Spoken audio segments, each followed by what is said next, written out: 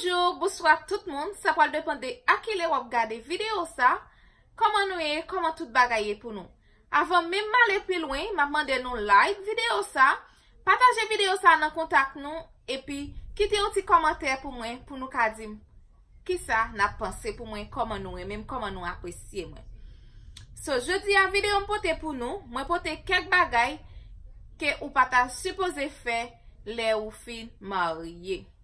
M'a quitter nous avec introduction moi. M'a tourner pour venir présenter nous vidéo.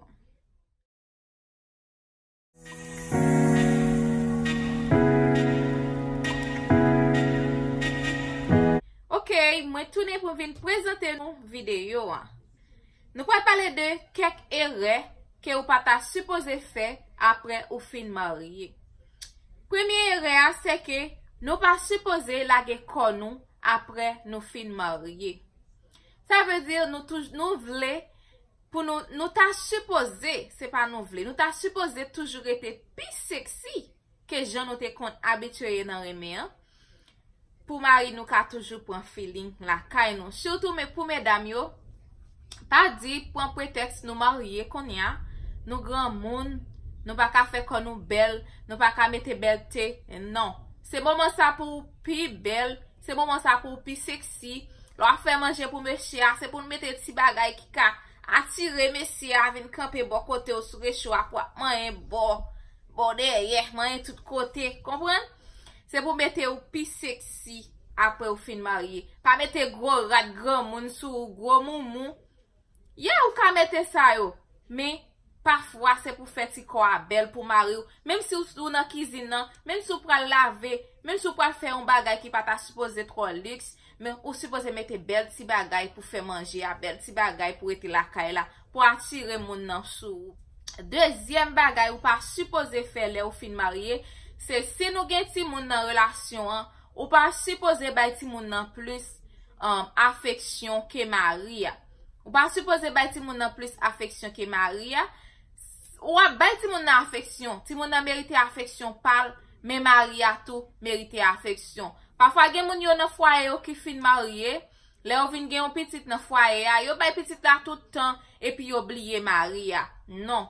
Si moun nan besoin affection parle, Maria a besoin affection tout. Pas dit comme ça ou gen ti moun nan konya tout bagay fini pour monsieur a c'est que ti moun nan c'est lik mari konya. Oui li mari oui li c'est biblo pour ne pas oublier pi gros biblo a.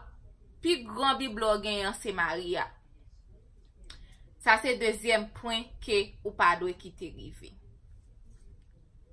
Troisième bagay ou pas supposé quitter rive, c'est pas rester toute journée la kaila ak monter réchauffer manger matin midi à soir ou nan di fait. Non, c'est pour nous choisir un petit temps dans semaine nan. Si nous dit nous bouille 3 fois ou 4 fois dans semaine nan, et puis c'est pour nous choisir un jour dans semaine nan pour nous dire jeudi à ce jour pour nous sortir, jeudi à nous parler dans restaurant, jeudi à nous parler manger dehors.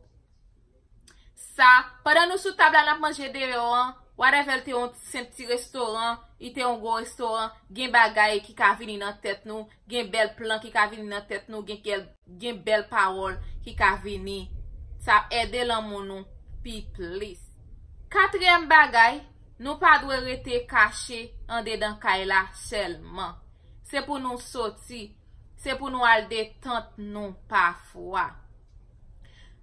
Oui, nous avons responsabilité, oui, nous avons bill pour nous payer, oui, nous avons un pile bagay pour nous faire, mais pensez à sortir à tout.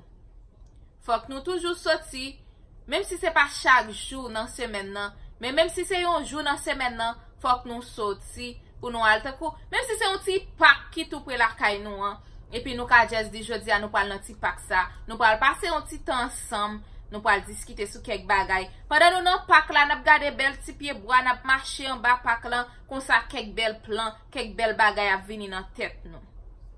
Ça c'est quatrième bagaille, nous pas doué parfait les nous dans relation, les nous mariés. Cinquième bagaille nous pas supposé faire dans relation, c'est pas penser avec tête nous seulement. Là dans relation, cinquième bagaille ou pas doué quitter rivé. Puis ga ou penser avec tête ou seulement. Ça veut dire, exemple qu'on prendre ça, Si te kou gen yon zanmi ki di kon sa, entel, ou konen bezwen pou soti avem, tel le.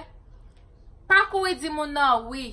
Se pou di zanmi an kon sa, mwen kontan invitasyon lan, oui, men mpwal kontakte marim, mpwal kontakte madame mwen, mpwal pran opinyon madame mwen, mpwal pran opinyon marim. Paske, si ou di wak soti avek moun nan, sa pal depende ki jou, si mari a pal travay ou bien si madame nan pal travay, pa jom ese pran abitude, takou pran responsabilite nou pou nou di, am ka deside pou kont mwen, non fok ou aborde moun nan, ou di entel, nte vle soti avek entel, ou ki so panse, esko vle soti avek mwen, fok konen eske moun nan patareme soti avek ou tou. Paske se marou liye, li toujou vle pou akompanyo. Paske se madame ou liye, li toujou vle pou ta akompanyo. Sizyem bagay pou nou pa fe nan relasyon nou pa supose trompe yon lot. Sizyem bagay nou pa supose fe nan relasyon nou pa supose trompe yon lot. Mem si nou lage yon bagay ki pase entre nou pa supose di kon sa, entel ap mal jwe bagay, mwa chèchon moun nom de yo, mwa l'enjoy moun. Non, nou suppose pale. Tout sa pare kontinue ankon, nou suppose pale. Men se pa paske ou pa chèchon lot de yo pou degaje ou bien se pa paske ou gonti menaj de yo pou degaje ou epi pou nepot sa ki pase pou ap trompe madame ou pou ap trompe mari. Setyem bagay ki ga nou fe le nou marye, se pa bay manti. Pa bay manti le ou marye. Paske, ou pati moun nan, ou pa petit li pap jam a leve men sou. Li pap leve men sou. Se bal verite a, jan verite a, ye a. Di moun nan, me sak te pase, sak arrive, mpa pou retourne fel ankon. Bay verite a, jan verite a, ye. Dezyem bagay nou pa dwe jam fe, nou pa dwe abuse. Sa vle di nou pa yon moun la. Si yon bagay pase moun nan pa ka pale anve ou tou pwet pou bat moun nan ou tou pwet pou leve men sou moun nan. Non, sa pa fe sens nan yon relasyon. Fok gen komunikasyon, fok moun nan ka toujou pale avorde yon bagay. Non pa ta suppose len vle leve men sou lot. Non, sa se yon mouve ak liye. Dizèman, nou pa dwe kenbe problem yo pou kont nou. Parfwa, mèsi akon pa travay, li senti li panike paske lwe se fi a ka peye tout bagay. De fwa tou fi a kon pa travay, li kon senti li wont nan kay la, li senti li frustre paske se mesi a ka peye tout bil pou kont li. Non, sa ba dwe fet. Paske nou nan yon vi nou dea, nou se madame avek mari, nou se yon sel. Sa ka rive se mwen menm ki peye bil la, sa ka rive se mesi a ki peye bil la tou. Sa ba bezwen yon frustrasyon pou sa. Ou pa bezwen senti ou frustre pou sa. Sa ka koz gen mal a lez nan relasyon. 11e bagay, pou nou pa jom kite rive nou le nou marye, sa te kou propose otonom ou pa jom anto. Non, pa kite sa rive. Si ou anto an bagay pase, se pou rekonet ke ou anto. Si ou gen rezon tou, se pou rekonet ou gen rezon. Men pa propose ou inosan ke ou pa jom anto anvan ki le pou moute pou ap mal pale nan relasyon. Sa se 11e bagay. Ou pa dwe kite jom rive ou nan relasyon pou se ou menm ki toujou vle pou gen rezon. E pa kite tou pou toujou a fache pou nepot si bagay, nepot bagay ki pase kite tre semp, e pi pou komplike bagay la.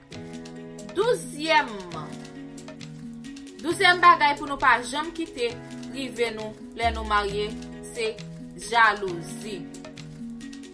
Pa kite bagay jalouzi a domine nou le nou fin marye. Si marye avèk moun nan, fòk mwen ka gen yon konfians ki ferm nan moun nan. Mem si mba gen konfians nan a 100%, oui, men fòk li te ka yon 99%. Mba ka tout kote moun nan prale, fòm gen kontak, fòm se sit, fòm se la, pou m konen tout sa moun nan fe. Moun nan gen vi personel pale. Nou marye se vre, nou gen yon relasyon ansam, nou gen yon vi ansam, se konsato, moun nan gen bagay personel, li va ka gen tout bagay selman ansam avek. 12e bagay, se pa kite jalouzi entre nan relasyon nou. Si nou aviv ansam, fòk nou gen yon konfians. Fòk nou gen yon konfians ki ferm, Fok m'ka di m'kwen nan mari, mari m'kwen nan mwen. Se pa tout bagay pou ma honte jalousie, téléphone sonné, jalousie. Non. Fok nou gen confiance nan l'autre pour nous connaître. Madame m'a pas fait tel bagay, mari m'a pas fait tel bagay, m'pa kake pour tel bagay. 13èmement, c'est piga nous suspend communiquer. Tout temps n'a communiquer pi plus, c'est tout temps n'a gen pi bel bagay ka vini dans tête nous, c'est tout temps n'a gen pi bel projet, c'est tout temps n'a vinn gen plus nouveau bagay pour famille.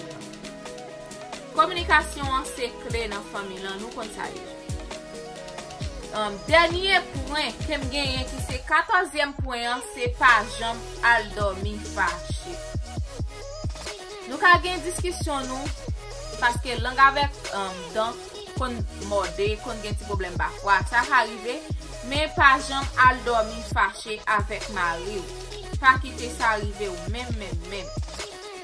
Si nous avons un problème qui passe nous durant la journée, avant nous dormir, il faut que ça réaliser, il faut que nous parler, il faut que nous discuter, il faut que nous à l'aise. Si nous avons besoin de bagay dans soir, il faut que nous joignions avec quel content pour lui-même lui satisfaire et ou même pour satisfaire tout.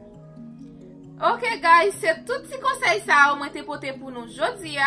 C'était amis par nous Sherline Kersin, Jean Nouel, c'est comme ça même lié. So, moi dis nous merci parce que nous t'attendons et merci à vous même qui est fait partie des familles moi et merci à vous même encore qui vini pour venir combler famille. Bye.